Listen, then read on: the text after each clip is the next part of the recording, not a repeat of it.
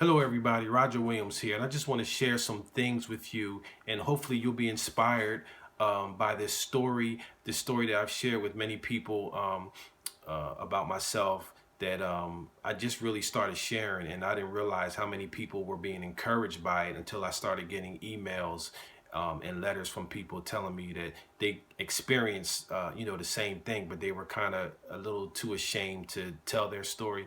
So I'm going to say it. I'm going to share it, and hopefully you'll be encouraged by it also.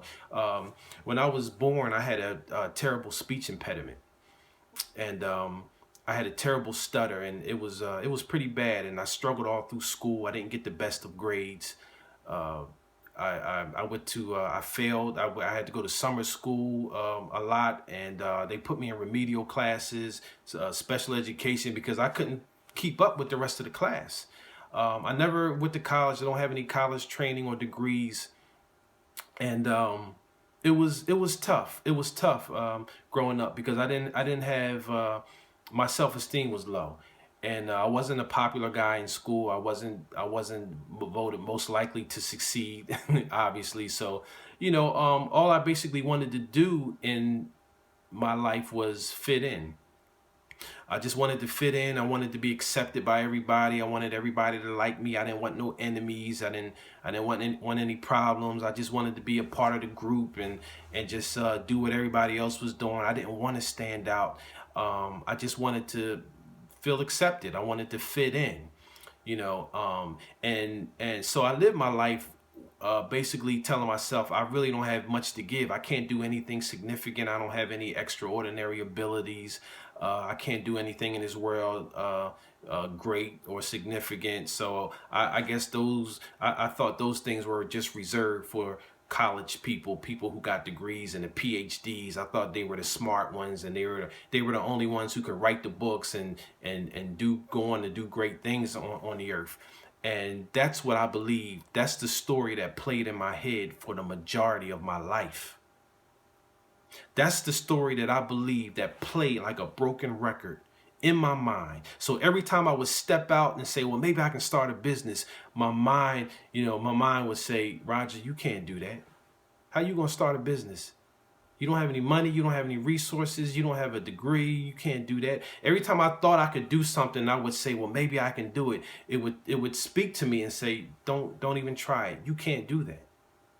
And that's how I lived my life for the majority of my life. That was the story that played in my head all of my life. Well, for the most part of my life, until somebody came and interrupted that story. They interrupted it. How did they do that? They came to me and said, what have you been doing with your life? Don't you know you can do more than what you're doing right now? Don't you know you're living beneath your potential? You're working at a job that's paying you just enough so you can't quit, but you're working just hard enough to keep from getting fired. You've been all of your life, you've been trying to fit in, but don't you understand that you're not meant to fit in? It was meant for you to stand out. It was meant for you to be different. And I said, well, I'm not, I'm not smart like those other guys. I can't do what they do. He said, you don't have to be. You don't have to be the smartest or the quickest or the strongest. All you have to do is endure to the end. Winston Churchill said it best. He said, it's not strength. I'm paraphrasing. He said, it's not strength. It's not intellect. He said, it is continuous effort. That's the key to unlocking your potential. I said, well, what's my potential? He said, well, what do you like to do? I said, well, I like encouraging people. I like helping people. He said, you have that gift in you. All you have to do is work it. I said, well, how do I do it? What steps do I need to take? He said, Roger, you got to work harder on yourself than you do on your job. See, up until this point, I was working harder on my job than I did on myself. See, most of us we work 40, 50, 60, 70, 80, 90 hours a week. He said, you got to reinvest that time in yourself. Because, see, knowledge is the new currency. You got to update and upgrade your thinking. And when you change the way you think, that's when your life will change. He said, the way you're going, You working 70, 80 hours a week on your job? He said, nothing will ever change for you. He said, you're going in the wrong direction. See, the issue is this: most of us want more. We want more out of life. We want it more for our children. We want more for ourselves. We want to live better. We want to do better. We want more, but most of us don't want the responsibility that comes along with having more. Because to whom much is given, much is required. And what may be required of you is a greater discipline on your life. What may be required of you is you going to a seminar or going to conferences when all of your homies are going out and having a good time. What may be required of you is you coming home and not cutting on the television, but you picking up a book because you trying to read something that's going to take you to the next level in your life. And most people aren't willing to do that. Most people make excuses, and they have more excuses for why they can't live their dreams and not enough reasons for why they should. And you have a story.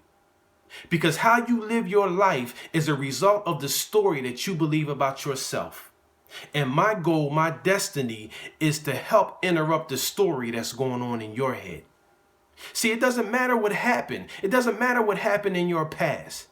Ladies and gentlemen, let me share something with you. The guy that you see right now, I never believed he existed. I never believed that I could do the things that I'm doing right now. The guy who had the speech impediment, who was born with the speech impediment, every time I talked, I stammered, is now speaking in front of audiences. The guy who failed in school and was put in remedial classes is writing books now, is now an author.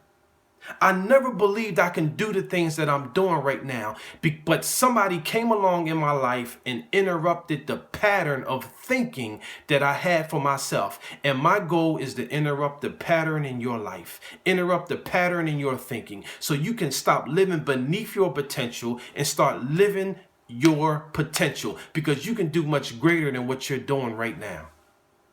You can live a life that's much better than what you're living right now, because you have more in you than what's in you right now.